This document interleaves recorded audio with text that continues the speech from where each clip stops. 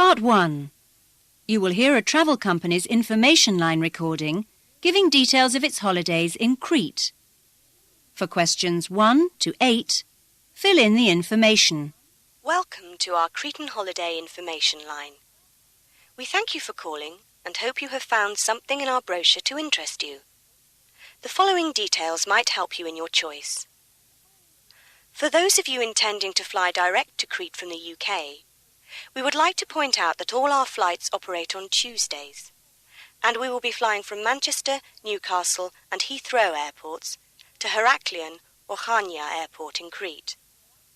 Transport to accommodation within 10 kilometres of the airports is free, but for those wishing to book a holiday further afield, we ask for a small supplement to cover the additional cost of the taxi fare. An alternative is to hire a car, which can be collected at the airport. We must emphasise, however, that comprehensive insurance does not cover either the tyres or windscreen of the car, and that should you cause damage to any of these, you will be required to pay the full cost of repairs, so please drive carefully. Hiring a car costs anything between £140 and £365 per week, depending on the season and type of car. All our villas and apartments are self-catering, with fridges and cookers, though it should be mentioned that the cookers are small and have only 2 or 3 rings. The majority of our villas and apartments are cleaned 6 times a week, and the linen is changed once a week. Clients staying in some of our resorts may use the water sports equipment free of charge, and beginners' lessons, which can be paid for locally, are available every morning. On all our holidays, we offer reductions for children aged 11 and under, and a 5% reduction for senior citizens. When you book, we ask for a deposit of £60 per person, plus insurance premium, as set out in our brochure. If you would like more information, please ring us on 0501 5227.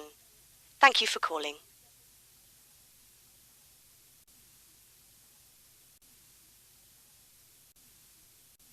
Part 4.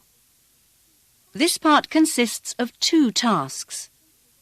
You will hear various people talking about education. Look at task 1.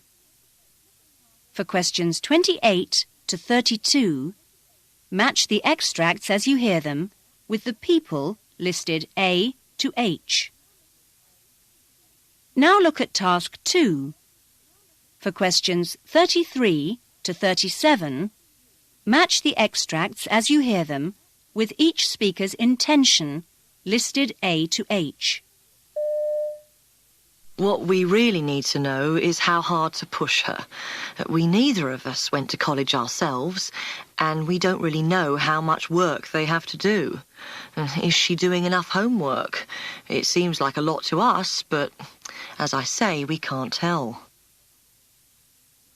The thing that concerns me is that higher education is not fitting young people for the world in which they're going to find themselves.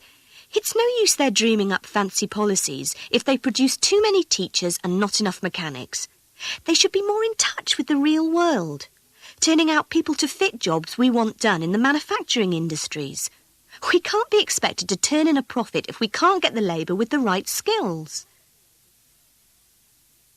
When I started, I thought they'd be difficult to handle, wandering about, trying to fiddle with things, touching the things on display. Actually, they're usually very well behaved, and they're much better informed than most members of the public. It's often a visit that ties in with a history project, and sometimes I help the teacher prepare worksheets. They ask some difficult questions too sometimes. It's quite challenging in a pleasant sort of way.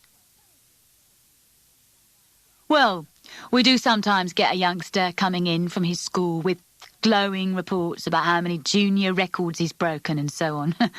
But we don't take too much notice of that. What we do is we put everyone through 3 months of intensive training, mainly to get rid of all the bad habits they've picked up and see they're really fit. And then we start selection and specialisation after that. We find it works very well.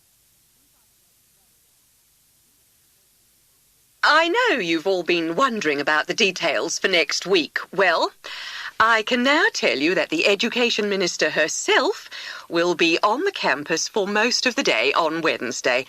and she will be spending part of the morning in this faculty, looking in on some lectures and having coffee with us here in the common room. I myself will be lunching with her, along with other department heads and the senior administrative staff. That is the end of part 4.